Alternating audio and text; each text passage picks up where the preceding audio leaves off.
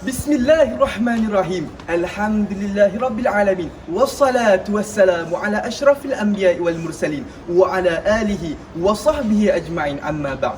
Assalamualaikum warahmatullahi taala wabarakatuh.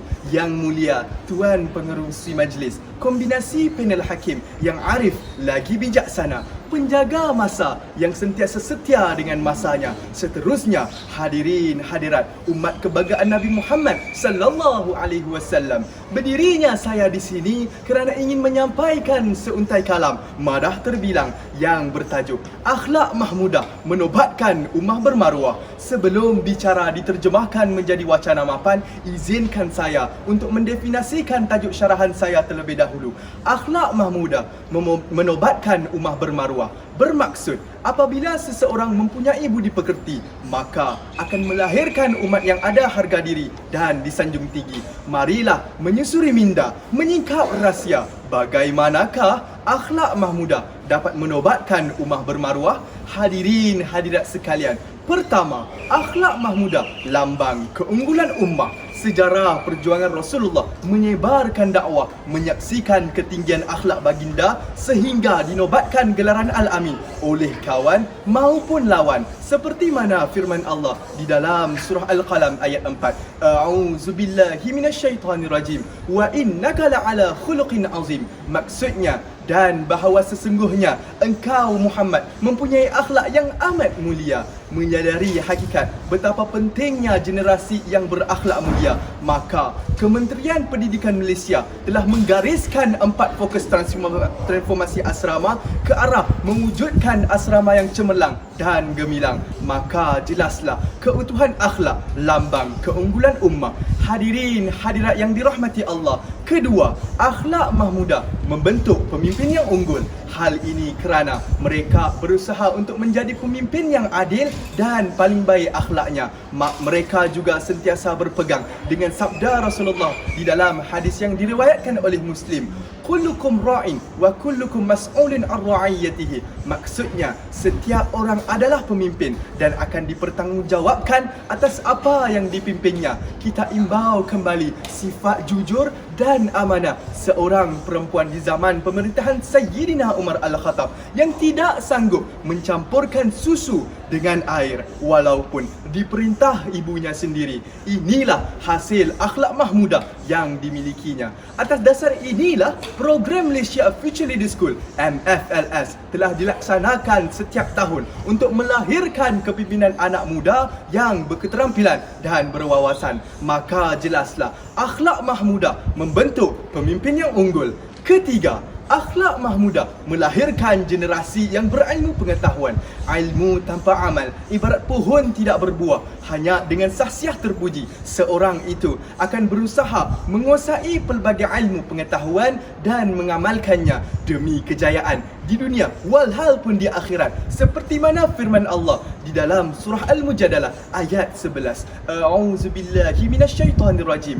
Yarfa'illahu allazina amanu minkum wallazina utul ilma darajat. Maksudnya, Allah meninggikan darjat orang-orang yang beriman di antara kamu dan orang-orang yang diberi ilmu pengetahuan beberapa darjat. Hasil pentarbiyahan inilah maka program hafazan murid asrama harian telah diperkenalkan sejak tahun 2018 sehingga kini untuk melahirkan murid yang bersahsiah terpuji dan mengamalkan penghayatan Islam yang kukuh dalam kehidupan. Maka jelaslah akhlak mahmudah melahirkan generasi beriman dan berilmu pengetahuan. Saudara-saudari, keempat, akhlak mahmudah menjana keluarga bahagia. Kasih sayang adalah asas pembentukan keluarga bahagia. Ini akan mewujudkan suasana saling hormat menghormati di antara satu sama lain. Justru melahirkan anak-anak yang soleh dan soleha. Sebagaimana firman Allah di dalam surah Maryam ayat 96. A'udzubillahi minasyaitonirrajim.